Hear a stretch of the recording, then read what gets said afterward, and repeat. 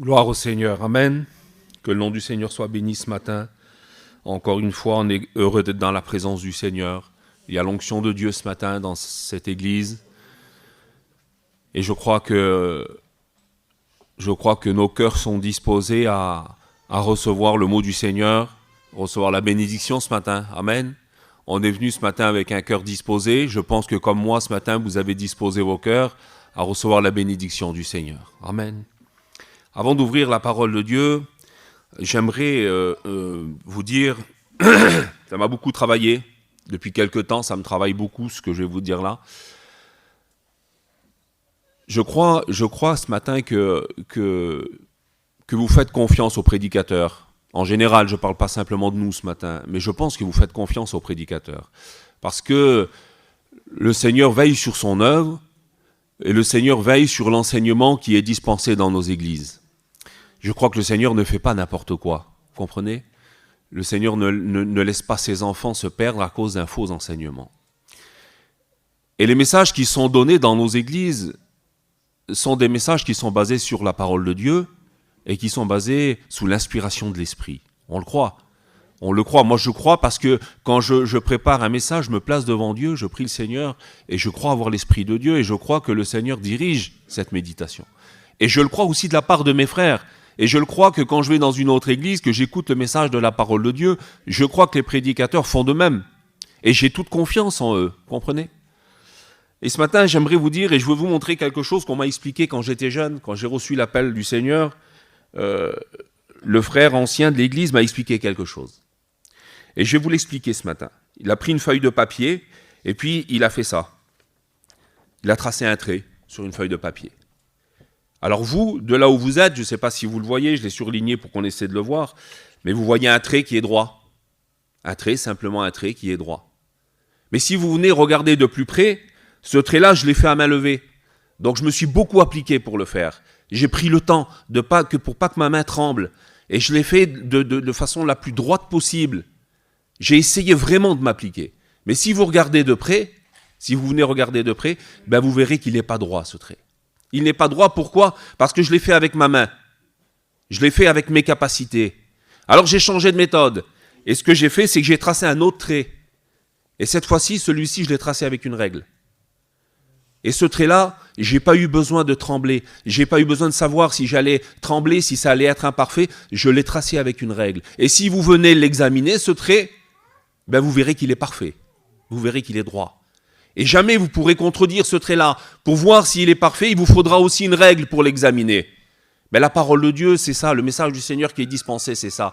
Si ce matin, je vous apporte un message que j'ai fait avec mes capacités, peut-être qu'il pourra vous paraître droit. Mais si vous l'examinez avec la règle, et cette règle, c'est la doctrine. Le mot doctrine veut dire règle. Et quand on fait quelque chose avec la doctrine, c'est toujours droit. Et jamais personne ne pourra contredire. Et si ce matin, il vous semble que le message que je vais vous porter n'est pas basé sur la doctrine, vous avez le droit, et vous avez même le devoir, je dirais, de contredire. Mais pour le contredire, il faut que vous le fassiez avec la règle de la doctrine. Vous comprenez ?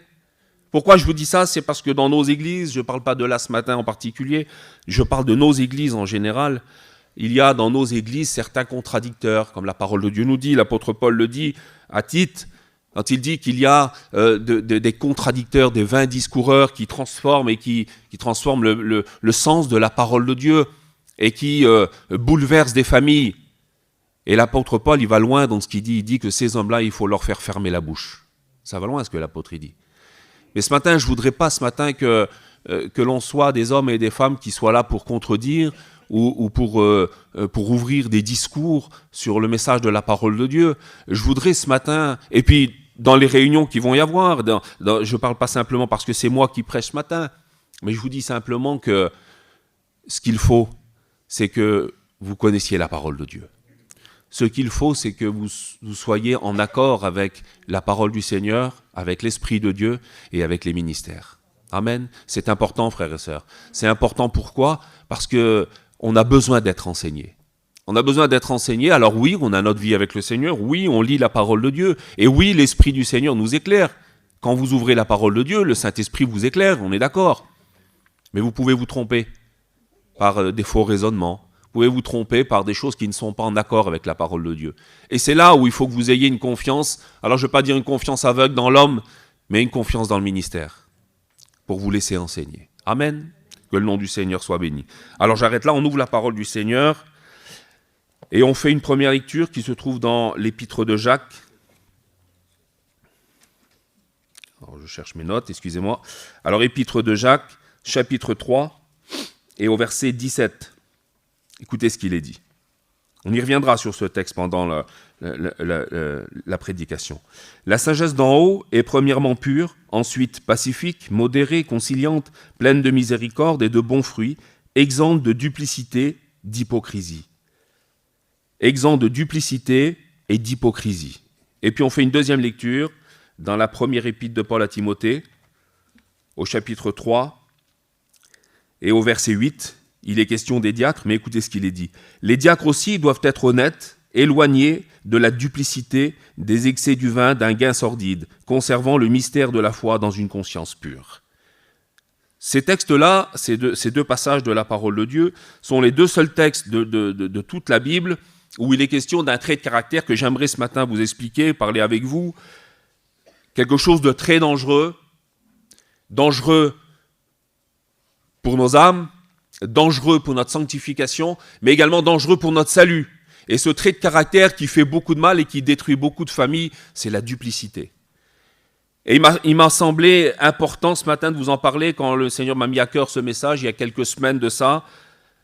J'étais en train de conduire mon camion, et puis, comme souvent quand je conduis, je suis tout seul, je prie le Seigneur. Et puis le Seigneur m'a parlé dans mon cœur, Saint-Esprit m'a parlé, et puis il m'a dit, parle sur la duplicité. Alors Seigneur, j'ai pas de capacité, moi, pour développer quelque chose comme ça, vous comprenez ? Moi, je suis un simple serviteur de Dieu, et puis je prêche selon mes capacités, selon ce que je peux faire, mais toujours avec l'aide du Seigneur. Puis je dis, Seigneur, moi, j'ai pas les capacités pour parler de ces choses-là. Il faudrait que ce soit un ancien qui le fasse. Je dis, Seigneur, pourquoi tu ne demandes pas, et ça a été ma prière, je vous le dis en vérité, Seigneur, pourquoi tu ne demandes pas à un ancien de faire ça ? C'est le rôle d'un ancien, c'est le rôle d'un docteur, c'est le rôle d'un enseignant. C'est pas mon rôle à moi. Puis le Seigneur m'a dit, parle de la duplicité, simplement. Alors je vais vous parler de la duplicité ce matin. Amen. Alors la duplicité, c'est un trait de caractère. Alors je vais vous expliquer en 2 mots. C'est le caractère d'une personne. La définition du dictionnaire, c'est ça. La duplicité, c'est le caractère d'une personne qui feint, qui a 2 attitudes ou qui joue un double jeu. C'est ça la définition du dictionnaire de la duplicité. Mais vous allez voir que la parole de Dieu, elle a une définition qui va bien plus loin que ça concernant la duplicité. Ça engendre beaucoup de choses. Ça nous amène dans beaucoup de problèmes. Ça amène l'homme même très très loin. Et on va le voir en lisant des textes de la parole du Seigneur, ce que la duplicité, elle peut faire. Selon la parole de Dieu, la duplicité, c'est le caractère d'une personne, d'un chrétien, d'une chrétienne, qui ne se montre pas réellement selon ce qu'ils sont vraiment, mais qui montrent volontairement, si vous voulez, une autre apparence. C'est ça la duplicité. Ce sont des personnes en réalité qui ne sont pas vraies, qui ne sont pas sincères, qui ne sont pas réelles devant Dieu. Ce sont des personnes, les synonymes de la duplicité, je les ai notés, c'est la dissimulation, la fausseté, la fourberie, l'hypocrisie et la trahison. Vous imaginez ce que ça représente, la duplicité ? Et la parole de Dieu nous dit qu'il faut que nos vies soient exemptes de duplicité. Il est question, le texte de Jacques qu'on a lu, il parle de la sagesse, et il faut que la sagesse soit exempte de cette duplicité. Parce qu'avec la duplicité, il n'y a pas de sagesse. Avec la duplicité, il n'y a pas d'amour, et on le verra au travers de la parole du Seigneur. Il n'y a pas de vie de sanctification, c'est impossible. Parce que si on n'est pas vrai devant Dieu, on n'ira pas bien loin. Alors, la question que je me pose, quand je lis tout ça, je dis, Seigneur, est-ce que ce serait possible qu'il y ait des chrétiens qui vivent comme ça ? Est-ce que c'est possible qu'il y ait des chrétiens qui aient ce caractère-là ? Est-ce que c'est possible que ce matin, ici, dans ce lieu, il y aurait quelques-uns parmi nous qui feraient bonne figure devant Dieu ce matin et devant l'Église et qui n'auraient pas la même vie dehors ? Si la Bible en parle, bien-aimés, malheureusement, c'est qu'il y en a. Ce qui doit sortir de la bouche d'un chrétien devrait normalement, quand un chrétien parle, quand un chrétien s'affiche, quand un chrétien est vu des autres, ce qui devrait émaner de lui, ce qui devrait sortir de lui, que ce soit de sa bouche, que ce soit de son caractère, que ce soit de son attitude, ça devrait être le reflet de ce qu'il y a dans son cœur. Et normalement, dans le cœur du chrétien, dans la vie du chrétien, c'est la sanctification qui règne. Donc normalement, si je parle demain dans la rue ou peu importe, les gens devraient voir que je suis un enfant de Dieu. Ça devrait se montrer. On est censé porter le Christ, on est censé montrer l'image du Christ. Si ce matin, on va prier, peut-être que tout le monde va prier ce matin, tout le monde va apporter au Seigneur sa louange. Mais peut-être qu'il y a des personnes ce matin que d'autres voient différemment, parce que d'autres nous voient vivre. D'autres nous voient vivre à l'église et nous voient vivre aussi en dehors. Et puis certains pourront dire, regarde, celui-là, celle-là, elle prie, elle glorifie le Seigneur. Il est en train de prier pour les malades, mais en dehors, sa vie, c'est du n'importe quoi. Il y a un problème, frères et sœurs. Il y a un grave problème. Il y a un grave problème si ce matin, on ne reflète pas ce qu'il y a dans nos cœurs. Je vous donne un exemple. Si moi, ce matin, je serais noir de peau, allez, supposons que je serais un Africain, les gens me verraient comme un Africain. Et quand je regarde devant le miroir, je verrai un Africain.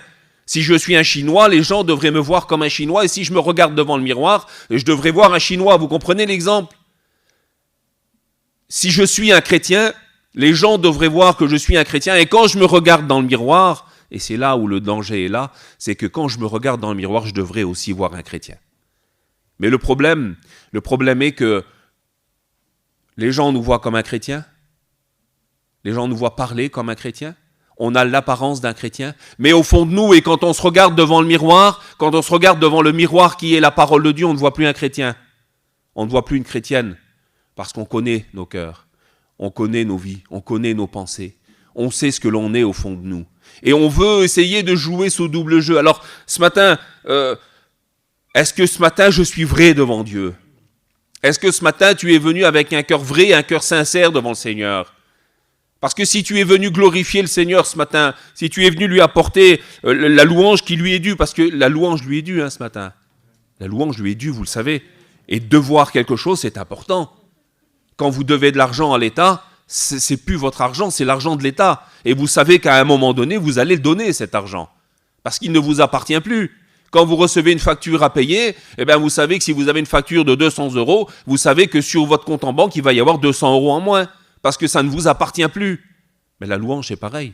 La louange ne nous appartient pas, bien-aimés. Elle appartient à Dieu. Et c'est à lui qu'on la doit.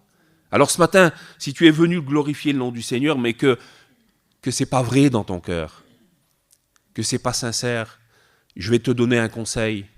Et c'est un conseil que je te donne, ce n'est pas un ordre, c'est simplement un conseil, suis-le ou ne le suis pas. Mais si ce matin c'est comme ça dans ton cœur, ne glorifie pas le Seigneur, mais repens-toi plutôt. Amen. Ne glorifie pas, ne porte pas une louange. Et puis je vais aller plus loin, ne prends même pas la Sainte Seine ce matin. Mais repens-toi d'abord. Repens-toi d'abord. Tu as le temps de la prière ce matin pour faire un acte de repentance et être vrai devant Dieu avant que la corbeille passe devant toi et avant que la coupe passe devant toi, pour faire un examen de ta vie et de dire « Seigneur, je te demande pardon. Seigneur, je ne recommencerai plus. » Et puis tu t'engages avec le Seigneur. Il ne faut pas que ce soit simplement des paroles. Amen. Vous savez que le Seigneur a en horreur la duplicité. Il a en horreur l'hypocrisie. Il a en horreur la fausseté. Sans la même chose, l'hypocrisie, la fausseté, la duplicité, c'est exactement le même mot. Regardez ce que la parole de Dieu nous dit dans le livre des Proverbes, au chapitre 11, au verset 1er. C'est un verset que vous connaissez tous, vous pourriez le réciter par cœur. La parole de Dieu nous dit « La balance fausse est en horreur à l'Éternel, mais le poids juste lui est agréable. » La balance, c'est ce qui sert à peser les choses. La balance, c'est ce qui permet d'avoir un équilibre de justice. Mais si la balance est fausse, si elle ne pèse pas la vérité, si elle ne pèse pas exactement ce qu'il y a dans ton cœur, eh bien le Seigneur a ça en horreur. Le Seigneur ne supporte pas, il n'accepte pas. Proverbe chapitre 20, verset 23, écoutez ce qu'il est dit. Il est dit « L'Éternel a en horreur deux sortes de poids, et la balance fausse n'est pas une bonne chose. » Le Seigneur a en horreur deux sortes de poids. Il y a un poids qui sert à peser pour le monde et un poids qui sert à peser pour le Seigneur. Mais c'est ça la duplicité, bien-aimé. Et le Seigneur ne peut pas tolérer un tel caractère. Le Seigneur ne peut pas accepter ça. Vous comprendrez bien que le Seigneur ne peut pas accepter ça. Et le Seigneur ne donnera jamais sa bénédiction. Le Seigneur ne donnera jamais son approbation à un chrétien ou même à une église s'il n'y aurait pas de vérité, s'il n'y aurait pas de sincérité. Il serait impossible pour nous ce matin d'être bénis, de ressentir l'onction de Dieu, de ressentir la présence du Seigneur sur nos vies, si ce matin l'Église ne vivait pas la vérité et la sincérité. Mais pourtant c'est triste, pourtant c'est désolant de voir que certains vivent comme si Dieu ne les voyait pas. Beaucoup vivent comme si le Seigneur ne les voyait qu'à la réunion. On croit que Dieu ne nous voit qu'ici ce matin. Donc ici, on a une apparence de chrétien. Ici, on a une apparence de sainteté, mais pas dehors. Parce que dehors, le Seigneur ne nous voit pas. Le Seigneur nous voit qu'ici. Parce qu'ici, on a chanté des cantiques. Parce qu'ici, on a prié le Seigneur. Parce qu'ici, il y a la parole de Dieu qui est prêchée. Donc le Seigneur ne nous voit qu'ici. Mais c'est triste, hein. Il y a des gens qui vivent comme ça. Il y a des chrétiens qui le croient. Il y a des chrétiens qui le pensent. Mais il y a des chrétiens qui le vivent. Et ça, c'est plus dangereux. La parole de Dieu nous dit que l'Éternel, vous trouverez ça dans le psaume 33, il dit « L'Éternel regarde du haut des cieux et il voit tous les fils de l'homme, sans exception. » Ce matin, vous pourrez nous tromper, vous pourrez tromper les serviteurs de Dieu, vous pourrez tromper l'Église, vous pourrez tromper votre compagnon, vous pourrez tromper votre compagne, vous pouvez tromper vos enfants, mais vous ne tromperez jamais le Seigneur. Ce matin, si vous venez me parler, puis que vous me demandez comment ça va, vous me demandez des nouvelles, et puis on passe un petit moment de discussion, et puis que, parti de là, vous allez me parler dessus. Moi, je ne vais pas le savoir, je ne vais pas vous voir. Je ne vais pas savoir si vous m'avez parlé dessus. Ce que j'aurais retenu de vous, c'est la petite conversation qu'on a eue ce matin, qu'on a passé un bon petit moment ensemble, et puis qu'on s'est encouragé mutuellement. Mais le Seigneur, il voit différemment, lui. Le Seigneur, il voit ce matin si on le loue, si on le glorifie. Le Seigneur le voit, mais il va voir aussi après ce qu'on va faire. Et il l'a vu déjà, il le sait déjà, vous comprenez? Il le sait déjà, bien-aimé. Alors n'essayons pas de tromper le Seigneur. On peut peut-être tromper les hommes. On peut avoir un cœur rempli de duplicité, et puis personne ne peut s'en apercevoir des fois. Vous savez, des fois, ça arrive dans des foyers où le mari et la femme découvrent le caractère de l'autre des années après. Parce qu'il vivait une double vie, un double jeu. Alors oui, on peut, et avec la subtilité, avec beaucoup d'efforts, on peut tromper les hommes, mais jamais on pourra tromper le Seigneur. Amen. Regardez ce que la duplicité, où est-ce qu'elle nous entraîne? Elle nous entraîne dans les erreurs, elle nous entraîne inévitablement à faire des mauvais choix, elle nous entraîne inévitablement à faire des choses qu'il ne faut pas, et elle nous entraîne jusqu'à la mort. Et la parole de Dieu nous le dit, et je vais vous le prouver par la parole de Dieu, qu'avoir une double vie, avoir un double discours, avoir un double langage, ça vous amènera à la mort. Regardez ce qu'il est dit dans la parole de Dieu. Vous trouverez dans le 2e livre des Rois, au chapitre 5, l'histoire de Naaman le Syrien. Vous connaissez cette histoire? On le prêche souvent dans nos réunions d'évangélisation. Et dans ce passage de la parole de Dieu, lorsque Naaman est guéri de sa lèpre et puis qu'il s'en repart dans son pays, il avait apporté avec lui des présents pour offrir aux prophètes, pour les offrir au roi. Et puis lorsque le prophète va voir tous ces présents, il va renvoyer Naaman en lui disant qu'il ne prendra rien, aucun présent, qu'il ne prendra pas d'argent, qu'il ne prendra pas de tenue de rechange. Et puis la Bible nous dit que Naaman va s'en aller, il va partir. Mais voilà que le prophète Élisée avait un serviteur qui s'appelle Géasi. Et le serviteur du prophète, lui, il va y avoir quelque chose qui va naître dans son cœur. Lui, il est au service du prophète, c'est aussi un homme de Dieu. Il devait normalement prendre la succession du prophète, puisque c'était son disciple, c'était son élève, il le formait, il était à son service. Donc logiquement, ce qui lui était destiné, c'était qu'il devienne à son tour prophète et puis prendre la place d'Élisée. Mais voilà que dans son cœur va naître quelque chose. Et puis il va se dire, mon maître a eu tort de ménager ce Syrien. Il a eu tort. Il aurait dû accepter les présents. Pourquoi il ne l'a pas fait? Il a eu tort de ne pas profiter de ce qui lui était offert. Et puis lui, dans son cœur, il va avoir cette pensée-là. Et cette pensée va l'emmener à en prendre une décision. Et la Bible nous dit qu'il va courir derrière, derrière Naaman. Il va courir derrière lui, puis finalement il va aller, puis il va lui demander. Il va lui dire, consent à donner 2 talents d'argent et puis 2 tenues de rechange. Alors Naaman, il va donner naturellement. Il avait emmené tout ça pour les offrir. Hein. Donc Naaman, lui, naturellement, il va les donner, ses présents. Et puis la Bible nous dit que Géasi va rentrer. Et puis le prophète va aller le trouver. Il va lui dire, où es-tu allé? Géasi va répondre, Seigneur, ton serviteur n'est allé ni d'un côté ni de l'autre. Je n'ai pas bougé d'ici. Mais le prophète avait l'Esprit de Dieu et il avait le discernement. À cause de ce que tu as fait, va lui dire le prophète, à cause de ce que tu as fait, la lèpre de Naaman va s'attacher à toi. Et la Bible nous dit qu'à cet instant, il va partir de la présence du prophète avec recouvert de lèpre, d'une lèpre blanche, la même lèpre qu'avait Naaman. Lui qui était dans la présence du prophète, lui qui vivait une vie d'onction particulière, lui qui vivait quelque chose de beau, de merveilleux, la duplicité va naître dans son cœur et il va se laisser piéger. Il a un discours devant le prophète, mais ça ne reflétait pas sa vie. Il avait un discours devant l'homme de Dieu, alors que dans son cœur, c'était la cupidité, c'était l'avidité qu'il y avait. Mais à cause de ça, ça lui a coûté cher. Et la Bible nous dit qu'il va quitter la présence du prophète. Et quand la Bible dit qu'il est sorti de la présence du prophète, c'est pas simplement le fait qu'il est sorti de la pièce, c'est réellement qu'il a été déchu de ce qu'il était. C'est réellement que pour lui, aujourd'hui, son service était terminé. C'était fini. Terminé. À cause de la duplicité. Et si vous lisez le chapitre, eh bien vous vous rendrez compte de ce qui est devenu Géasi. Géasi, on le retrouve dans la présence du roi. Il n'est plus dans la présence du prophète. Il est dans la présence du roi. Et puis là, qu'est-ce qu'il fait dans la présence du roi? Eh bien, il répond à des questions. Et il explique au roi les choses du passé, les miracles que le prophète a accomplis. Il vit sur les expériences du passé. Pourquoi? Parce qu'il n'y a plus d'intimité entre lui et l'homme de Dieu. Donc il n'en verra plus des miracles. C'est terminé pour lui. Donc la seule chose qu'il peut faire, c'est de raconter les expériences du passé. Vous savez ce qu'il est devenu, Géasi? Il est devenu un rétrograde. En 2 mots, on pourrait l'expliquer comme ça. Et c'est triste de constater, de réaliser qu'il y a des chrétiens qui vivent un double jeu, qui ont 2 discours. Et à cause de ça, bien-aimés, à cause de ça, la vie de Dieu ne peut pas continuer.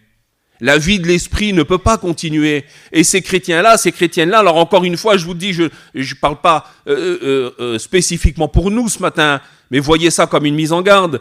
Il y a des chrétiens qui vivent cette double vie, qui vivent cette duplicité et qui inévitablement sortent de la présence de Dieu, même s'ils sont toujours présents dans nos églises, mais ils sortent de la présence de Dieu. Il n'y a plus la vie de l'esprit. Il n'y a plus la vie de l'esprit. Et la seule chose que ces gens-là font, et vous les écouterez, et vous verrez, ils ne vivent que sur des expériences du passé. Pourquoi? Parce qu'il n'y a plus d'intimité avec le Seigneur. Il n'y a plus cette présence, cette proximité avec le Seigneur. Donc ils ne vivent que sur les expériences du passé parce qu'ils ne font plus d'expérience avec le Seigneur. Ils ne vivent plus des choses merveilleuses avec le Seigneur. Bien-aimés, faisons attention. Faisons attention. Faisons attention à ce qu'on ne soit pas pieux et humilié à la réunion, et puis impie et orgueilleux à l'extérieur, charnel à l'extérieur. Combien de fois on le voit et on se bat, nous, régulièrement à cause de ça. Puis on est obligé de reprendre les chrétiens. C'est triste. Vous savez que normalement, on ne devrait pas avoir à le faire. On ne devrait pas avoir à reprendre un chrétien. Un chrétien qui vit selon l'Esprit de Dieu n'aurait pas besoin d'être pris, parce que sa conscience devrait le faire, premièrement.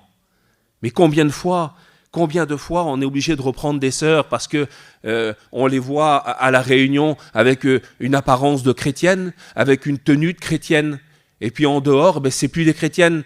On les voit habillées en pantalon, habillées n'importe comment, jugées par les autres parce que justement elles présentent une autre apparence. Un jour, un homme de Dieu avait repris une sœur parce que il avait appris qu'elle était allée se baigner à la piscine et qu'elle s'était habillée en maillot de bain. Je ne veux pas vous manquer de respect. Je ne veux manquer de respect à aucun, je m'excuse les anciens, mais je ne veux pas vous manquer de respect, je vous dis simplement les choses. Mais le serviteur de Dieu avait entendu que cette sœur donc était allée à la piscine, et puis qu'elle était allée à la piscine en maillot de bain, c'est inévitable, vous n'allez pas à la piscine avec une robe. Donc, le frère l'a repris, et puis elle l'a mal pris, et puis elle l'a regardé de haut en lui disant « Ouais, moi je ne vais pas me baigner avec une combinaison. » Puis le frère lui a dit « Ma sœur, Il dit, le problème n'est pas là. Le problème, il est que tu viens à la réunion, tu as une robe qui va jusqu'aux pieds, tu pries le Seigneur, tu as une apparence de chrétienne, et puis tu fais ce genre de choses. Et puis il lui a dit, je vous le dis, excusez-moi ce matin, mais le frère lui a dit, garde ça pour toi, garde ça pour ton foyer, tu n'as pas besoin de t'exhiber devant les autres, c'est pas la place d'une chrétienne, comprenez? C'est pas la place d'une chrétienne, c'est pas le rôle d'une chrétienne d'agir comme ça. Mais c'est ça la duplicité. C'est pas la peine d'aller chercher plus loin, c'est ça la duplicité. Avoir une vie à l'église, avoir une vie à l'extérieur. Combien de fois il y a des frères qui sont dans l'église, qui sont là et puis qui sont vus comme des chrétiens, comme des enfants de Dieu, fidèles, vaillants. Et puis en dehors, ça n'a rien à voir. En dehors, il n'y a que le travail qui compte. En dehors, il n'y a que les affaires qui comptent. La vie de Dieu n'est pas à l'extérieur. Ils ne prennent pas le temps d'aller encourager quelqu'un. Ils ne prennent pas le temps de recevoir quelqu'un puis de parler du Seigneur. Combien il y en a qui se dépêchent vite d'aller travailler, de partir pour que personne ne vienne les empêcher d'aller travailler. Puis ils partent le matin à l'aube et ils reviennent le soir à la nuit. Et puis on les voit habillés du matin au soir, ils sont habillés en habit de travail parce qu'il n'y a que le travail qui compte. Et puis on les voit en habit du dimanche, le dimanche au culte. Comprenez, c'est ça la duplicité. C'est ça, bien-aimé. Avoir deux apparences, avoir deux langages. Si Géasi avait eu le cœur comme le prophète, il ne se serait pas laissé attirer par ces choses-là et il n'aurait pas subi le châtiment que Dieu lui avait destiné. Il serait resté attaché au prophète et il aurait continué dans cette direction que Dieu lui avait donnée. Amen. Mais ça va encore plus loin que ça, la duplicité. Ça va encore plus loin que ça, de tenir deux langages. Alors d'avoir deux apparences et puis de tenir deux langages. Et il y a une histoire dans la parole de Dieu que vous trouverez dans les Actes des Apôtres, chapitre 5, c'est l'histoire d'Ananias et Saphira. C'était un foyer qui avait fait quelque chose, normalement, qui aurait dû être une grande bénédiction, mais qui s'est retourné contre eux. À cette époque, la Bible dit que c'était le début de l'Église naissante. Il y avait beaucoup de pauvreté, il y avait beaucoup de persécutions. Il y avait des chrétiens qui étaient chassés de leur maison. On prenait leur maison, on prenait leur terrain, et puis on les dépossédait de tout ce qu'ils avaient.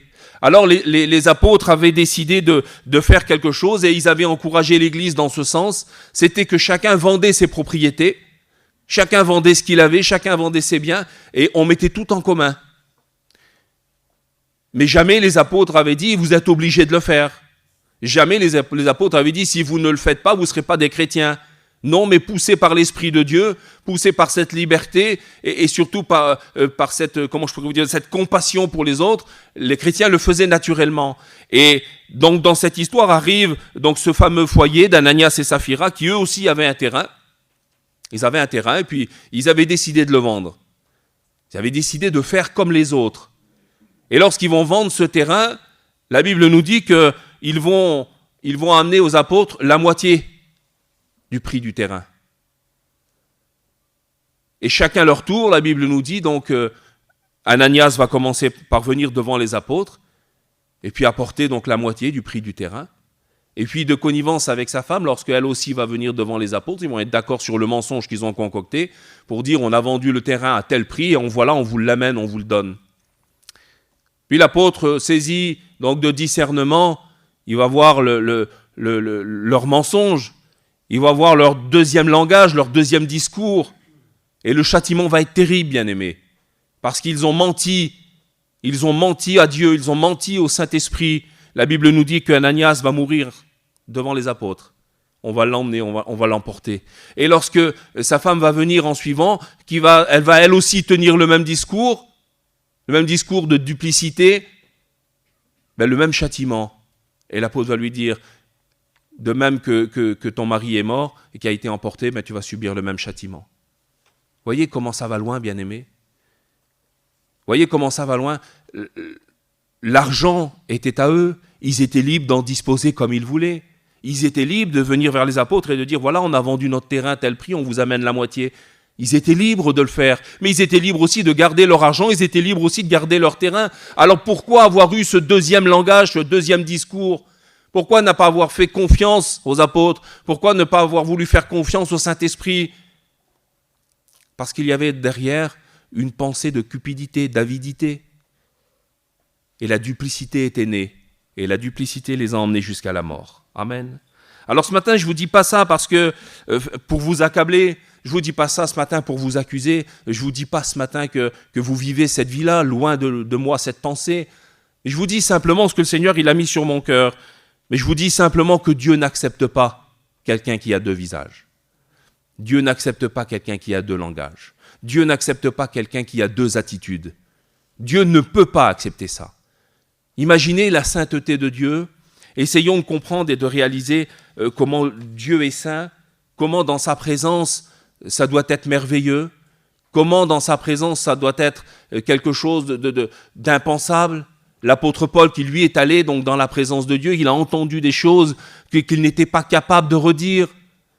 Il a entendu simplement, il n'a même pas vu, il a entendu simplement. Imaginez la sainteté de Dieu. Et il a dit, ce sont des choses qu'on ne peut pas dire. Il n'existe pas de mots pour les décrire. Alors, dans cette sainteté, devant ce Dieu si saint, si grand, on pourrait avoir deux visages, on pourrait avoir deux discours, deux attitudes. Non, bien-aimé, le Seigneur ne l'acceptera jamais. Et le Seigneur ne bénira jamais. Alors, la parole de Dieu nous parle, oui, de la duplicité. Et il y a beaucoup de passages. Je ne vous lirai pas tous les textes, il y en a des dizaines où il est question de ce caractère-là. Je vous ai dit qu'il n'y a que 2 textes qui parlent du mot duplicité, mais la Bible regorge d'histoires, de textes qui nous parlent de ces synonymes, de l'hypocrisie, de la fausseté, de la fourberie. Vous en trouverez des dizaines. Parce que toute la pensée de Dieu va contre ce caractère-là. Parce que si la Bible nous parle de la duplicité, elle nous parle aussi de son contraire.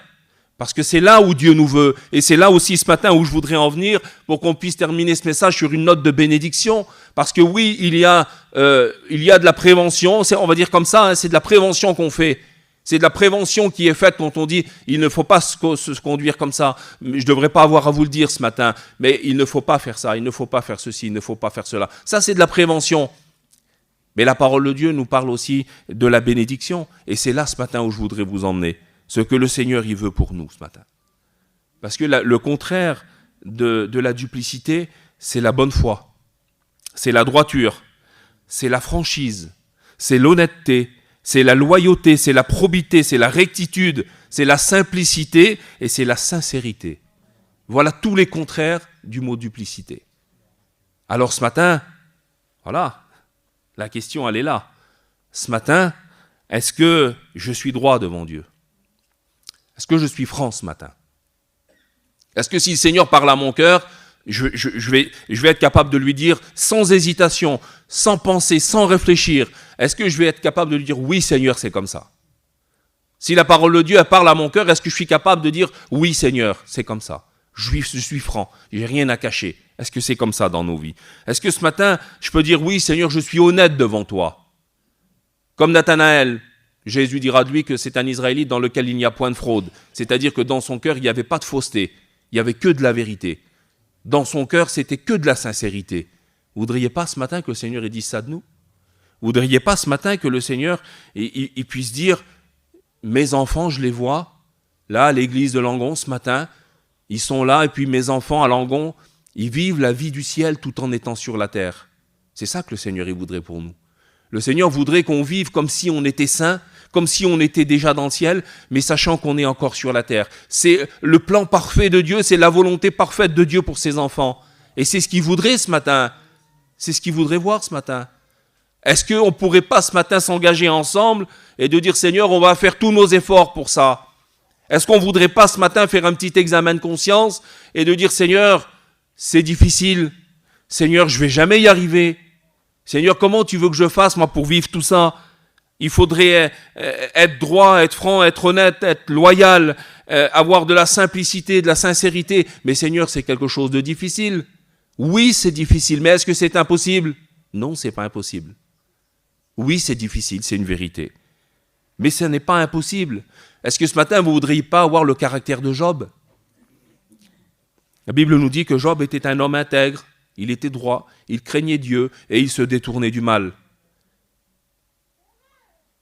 Et si ce matin, on est droit, si ce matin, on n'est pas tordu, si ce matin, on est droit, ben, la droiture nous amène aussi dans l'intégrité, comprenez ?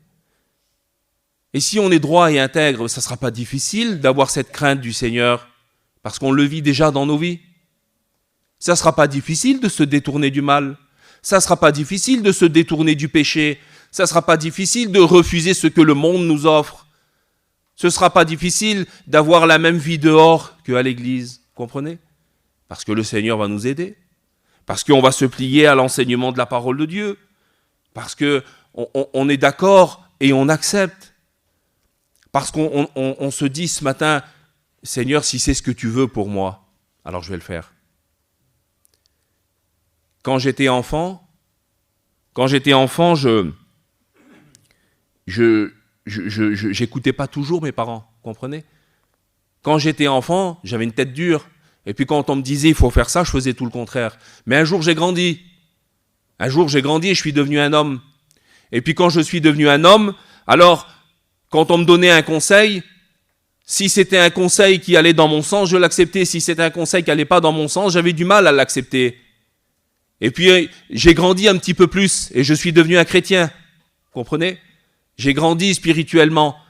Une maturité spirituelle est venue dans ma vie quand j'ai rencontré le Seigneur. Et puis là, quand j'ai rencontré le Seigneur, il n'était plus question de faire comme je voulais. Il était question d'obéir à la parole de Dieu. Et quand le conseil venait du Seigneur, je l'acceptais. Et ce matin encore, quand le conseil vient de la parole de Dieu, il nous faut l'accepter, bien-aimés. Vous comprenez? Il nous faut accepter le conseil de la parole du Seigneur. Alors voilà ce que le Seigneur il veut pour nous ce matin. Il veut des enfants qui marchent dans la vérité, dans la sincérité. Il veut que nous nous éloignions de la duplicité. Que ce soit quelque chose qui soit chassé, même chassé au nom de Jésus, parce que c'est un caractère qui n'est pas à la gloire de Dieu. Et le Seigneur ne l'acceptera jamais. Alors regardez, on reprend le texte de l'épître de Jacques. On lit à partir du chapitre 3, on lit à partir du verset 11. Écoutez comment c'est important. La source fait-elle jaillir par la même ouverture l'eau douce et l'eau amère? Un figuier, mes frères, peut-il produire des olives ou une vigne des figues? De l'eau salée ne peut pas non plus produire de l'eau douce. Lequel d'entre vous est sage et intelligent, qu'il montre ses œuvres par une bonne conduite, avec la douceur de la sagesse? Mais si vous avez dans votre cœur un zèle amer et un esprit de dispute, ne vous glorifiez pas et ne mentez pas contre la vérité. Cette sagesse n'est point celle qui vient d'en haut, mais elle est terrestre, charnelle et diabolique. Car là où il y a un zèle amer et un esprit de dispute, il y a du désordre et toutes sortes de mauvaises actions. Voilà la définition parfaite de la duplicité, bien-aimés. Est-ce que de notre bouche, il pourrait sortir des louanges et des malédictions? Est-ce que de notre conduite, de notre vie, il pourrait y avoir une apparence de piété et une apparence de fausseté? Non, c'est pas possible. Et là, il le dit, je reprends le texte qu'on a lu au début, la sagesse d'en haut est premièrement pure. Alors elle est pure, oui. Elle est premièrement pure parce qu'elle n'est pas mélangée. On se dit sage. On est sage à nos propres yeux. On est sage à nos propres yeux. Et on se croit sage. Mais la Bible dit que celui qui croit être quelque chose, il n'a rien compris. Si on se croit sage, c'est que finalement on n'a pas de sagesse. Vous savez à qui appartient le fait de savoir si on est sage ou si on ne l'est pas? C'est aux autres. C'est les autres qui reconnaissent en nous si on a de la sagesse ou pas. C'est les autres qui sont capables de dire, ma sœur, tu es une chrétienne qui a de la sagesse, toi. Parce que tu donnes toujours des bons conseils. Parce que tu sais toujours discerner. Parce que dans ta prière, on l'écoute. Parce que dans ta prière, on l'entend. Parce que dans ta vie, on a vu ta vie. On t'a vu vivre, ma sœur, mon frère. On t'a vu vivre et on sait que tu es un homme, une femme de sagesse. Et ne te crois pas sage à tes yeux, comme la parole de Dieu nous dit. La sagesse d'en haut, elle est pure. Pas de mélange. Pas de mélange. Pas de la sagesse et de la stupidité. Que de la sagesse. Elle est pacifique, la Bible dit. Elle est pacifique parce que, justement, cette sagesse qui vient d'en haut, celle qu'il y a dans nos cœurs, qui nous éloigne de la duplicité, elle recherche la paix. Elle ne recherche pas la guerre. Elle est modérée. Modérée, ça veut dire qu'elle ne va pas dans les excès. C'est-à-dire que celui qui est sage, il reste à sa place. Il ne cherche pas à en faire plus. Il ne cherche pas à aller dans les excès, que ce soit spirituel ou charnel. Ça marche dans les deux sens. Elle est conciliante, c'est-à-dire qu'elle essaye de trouver toujours le bon terrain d'entente Elle essaye d'accorder les choses entre elles.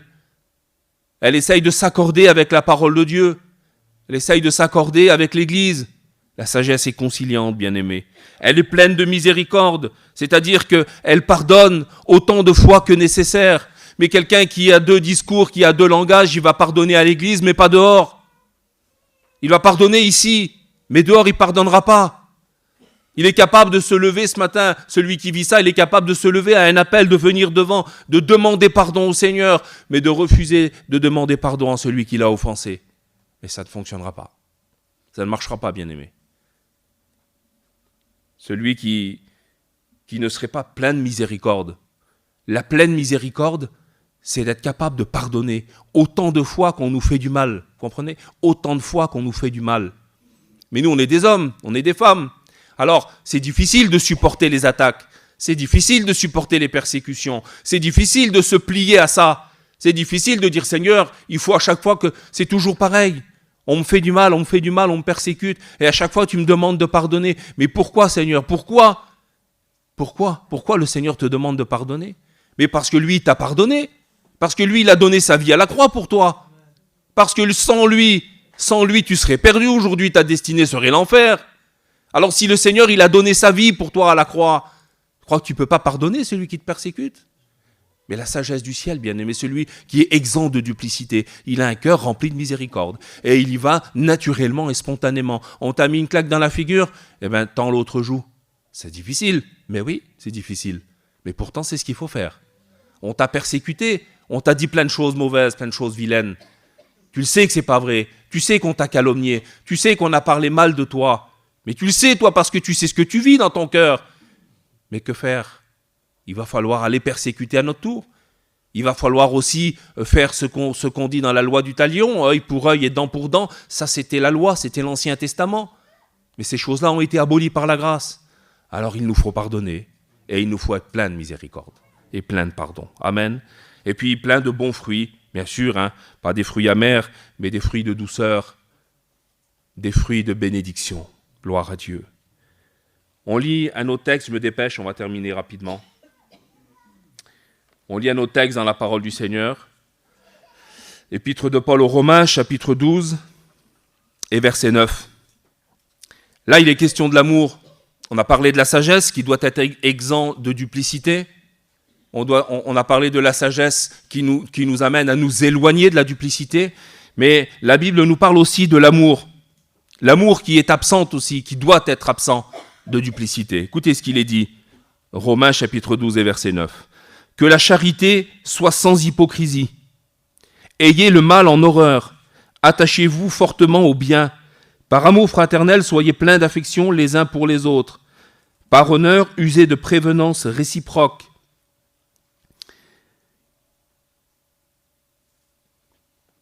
Ayez du zèle et non de la paresse, soyez fervents d'esprit, servez le Seigneur, réjouissez-vous en espérance, soyez patients dans l'affliction, persévérez dans les prières, pourvoyez aux besoins des saints, exercez l'hospitalité, bénissez ceux qui vous persécutent, bénissez et ne maudissez pas, réjouissez-vous avec ceux qui se réjouissent, pleurez avec ceux qui pleurent, ayez les mêmes sentiments les uns envers les autres. Je m'arrête là 2 minutes pour vous dire ça.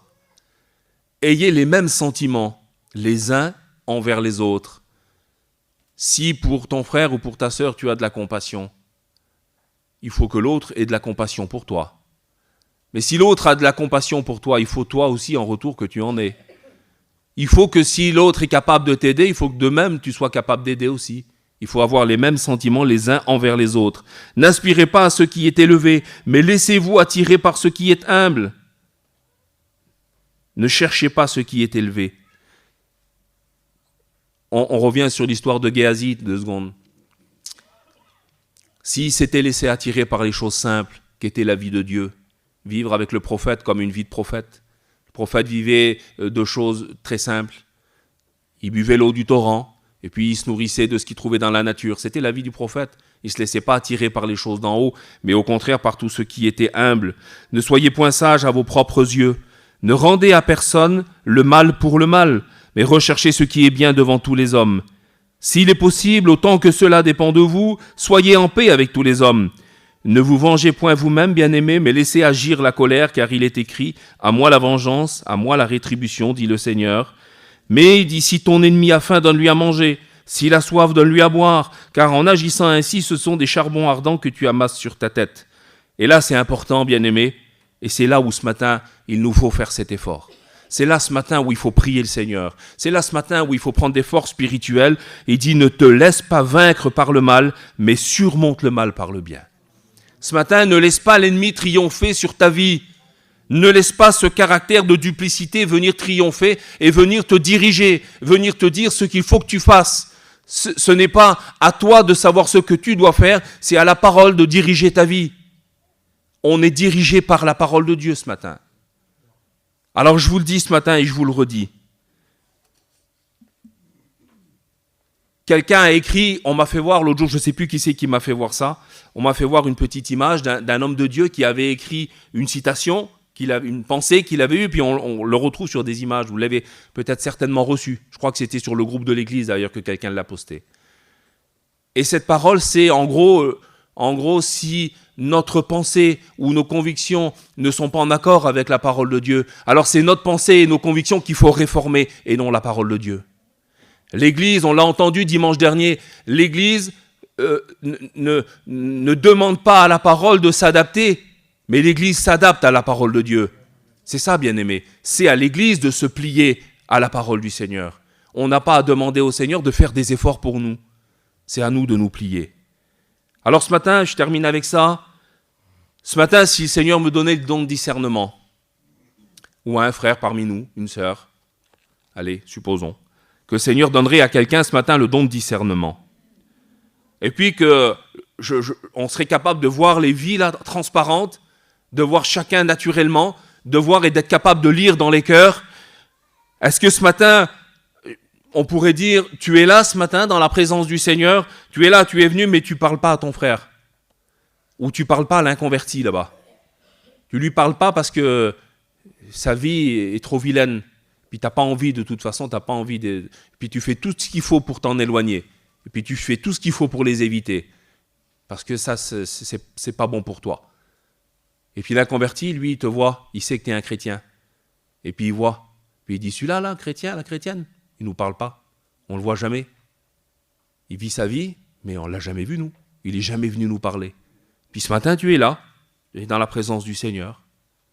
Ou alors, je pourrais voir que ce matin, tu es venu glorifier le Seigneur, mais que dehors, tu vis une vie de mensonge, dans ton travail, dans tes papiers, dans tout ce que tu voudras, peu importe. Et si je le verrais ce matin, puis si je te dirais, ça va pas, mon frère, ma sœur, tu dis que tu aimes le Seigneur, mais dehors, tu maudis. Tu dis que tu aimes Dieu, mais c'est pas comme ça. Si je te dirais ce matin, tu confesses des péchés ce matin, mais tu les délaisses pas. Tu demandes pardon au Seigneur, mais dehors, tu n'abandonnes pas, tu n'arrêtes pas. Tu continues quand même. Est-ce que ce matin, le Seigneur va bénir ton cœur? Est-ce que le Seigneur va bénir ta vie?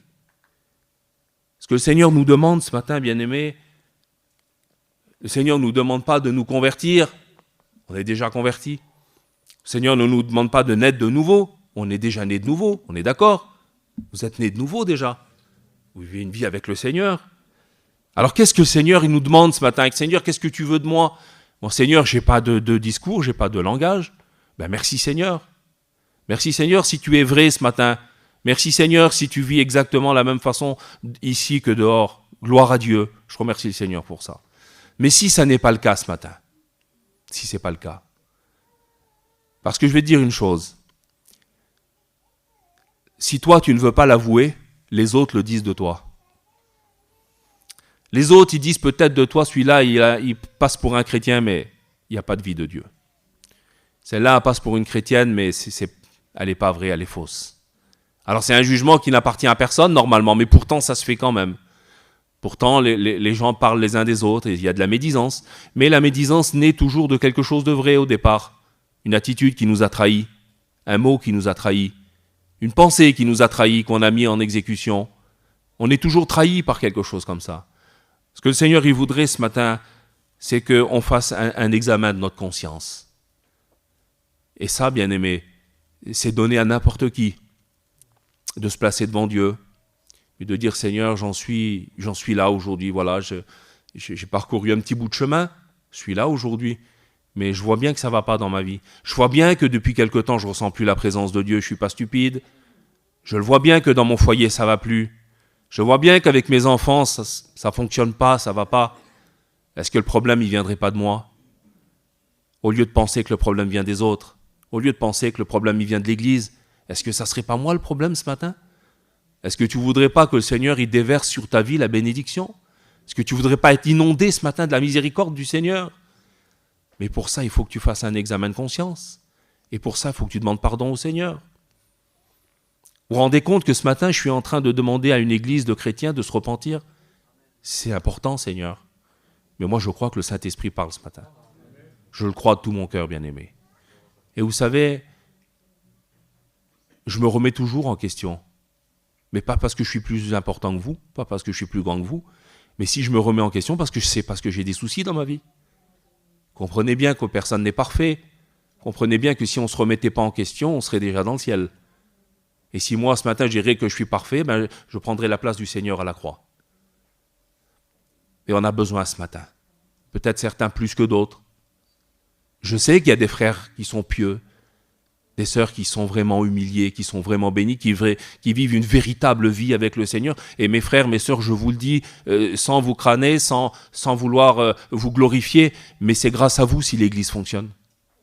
C'est grâce à ceux qui ont une véritable vie avec le Seigneur et qui prient pour l'Église. C'est grâce à vous si ça fonctionne. C'est grâce à l'unité, c'est grâce à l'amour, c'est grâce à la vérité, à la sincérité.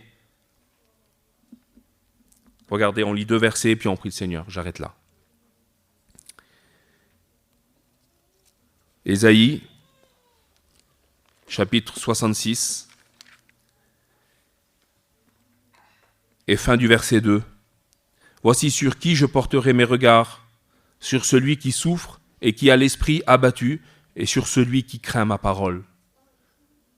Le Seigneur a décidé de porter ses regards sur celui qui souffre à cause du péché. Celui qui souffre parce qu'il veut mener une vie chrétienne, qui souffre parce qu'il veut justement lui s'attacher à cette vérité, parce qu'il craint le Seigneur, parce qu'il tremble à l'écoute de la parole de Dieu. C'est sur celui-ci que le Seigneur portera ses regards. Mais ça ne veut pas dire que le Seigneur ne va pas porter les regards sur toi, qui vit le contraire, à condition ce matin que tu te places devant le Seigneur. Ésaïe, chapitre 57 et verset 15. Il dit, « Car ainsi parle le Très-Haut, dont la demeure est éternelle et dont le nom est saint. J'habite dans les lieux élevés et dans la sainteté, mais je suis avec l'homme contrit et humilié, écoutez, afin de ranimer les esprits humiliés, afin de ranimer les cœurs contrits. » Voilà ce que le Seigneur il veut faire. Le Seigneur nous dit qu'il habite une demeure inaccessible, il est dans son ciel de gloire. Et là, il nous montre toute sa grandeur et toute sa sainteté. Il nous dit que son nom est saint. Mais malgré tout, il dit, je suis avec l'homme contrit. Je suis quand même avec celui qui est là. Ce matin, je suis avec celui qui comprend que dans sa vie, ça ne va pas. Il est avec toi, mon frère, ma sœur, ce matin. Il est là pour bénir ta vie, pour ranimer. Il est là, il le dit. Et c'est le Seigneur qui le dit, afin de ranimer les cœurs contrits, afin de ranimer. Qu'est-ce que ça veut dire, ranimer? Ranimer, ça veut dire ramener à la vie quelqu'un qui est mort, quelqu'un qui est sur le point de mourir. On le ranime. Je ne fais pas de condamnation, je ne fais pas de jugement ce matin. Mais je te mets en garde. Duplicité égale mort. Mais ce matin, le Seigneur veut ranimer. Amen. Le Seigneur, il veut venir avec un seau de bénédiction et le vider sur ta vie. C'est ça que le Seigneur, il veut faire. Il veut t'inonder complètement pour que ça déborde de partout. C'est ça que le Seigneur, il veut faire. Alors ce matin, il faut que tu te places devant Dieu. Tu sais exactement ce que tu vis dans ton cœur, dans ta vie. Alors ce que j'ai envie de te dire ce matin, c'est que si tu connais ce qu'il y a dans ton cœur, le Seigneur le sait aussi. Et ce matin, il n'y a pas de jugement ni de condamnation. Il n'y a que de la bénédiction. Parce que l'attitude du Seigneur, la volonté du Seigneur, c'est de bénir premièrement. La volonté du Seigneur, je vous l'ai dit déjà, c'est d'abord de tendre la main avant de te faire une réprimande. Et ce matin, le Seigneur te tend la main. Le Seigneur, ce qu'il veut ce matin, c'est faire comme avec Pierre lorsqu'il a marché sur l'eau. Il veut tendre la main là, saisir la tienne et de te remonter pour t'empêcher de sombrer. Parce que si tu sombres dans les eaux, si tu sombres dans la mer qui est déchaînée, eh ben tu finis par te noyer, par mourir. Mais le Seigneur ne permet pas. Le Seigneur, il te tend la main, il te relève. Et si après t'avoir relevé, il te dit, homme de peu de foi, qu'est-ce que tu vas faire? Tu vas dire, merci Seigneur. Merci de m'avoir tendu la main. Merci Seigneur ce matin parce que par ta parole, je comprends que ce matin, c'est encore une main tendue. Je comprends encore ce matin que tu veux ranimer mon cœur qui ne ressent plus ta présence depuis trop longtemps. Mon cœur qui est attaché à cette duplicité parce que j'ai une double vie à l'extérieur. Seigneur, si tu ne l'acceptes pas, si tu as ça en horreur, tu m'aimes quand même. Parce que la Bible dit que Dieu haït le péché, mais il aime le pécheur. Ce matin, je ne vous traite pas de pécheur, mais je vous dis ce matin qu'on aurait besoin tous ensemble ce matin. Et je vous le dis en vérité, on aurait besoin tous ensemble de peut-être revenir dans cette vérité absolue, de revenir pour marcher ensemble dans le même discours, dans le même langage, dans la même vérité, celle qui est celle de la parole du Seigneur, celle qui est la vie de Dieu. Amen. On courbe nos fronts ensemble, on prie Seigneur. Nous voulons te louer, Seigneur, ce matin. Nous voulons te dire merci, Seigneur. Combien tu es bon, Seigneur Jésus. Combien tu es rempli d'amour, Seigneur éternel. Combien ta parole, Seigneur, est une parole de vérité, Seigneur Jésus-Christ. Ce matin, je te priais pour mes frères, pour mes sœurs, Seigneur Jésus, pour ton Église, Seigneur éternel. Te remercier pour cette onction, Seigneur. Tu es là, présent parmi nous ce matin, Seigneur. Et tu veux bénir un cœur, Seigneur,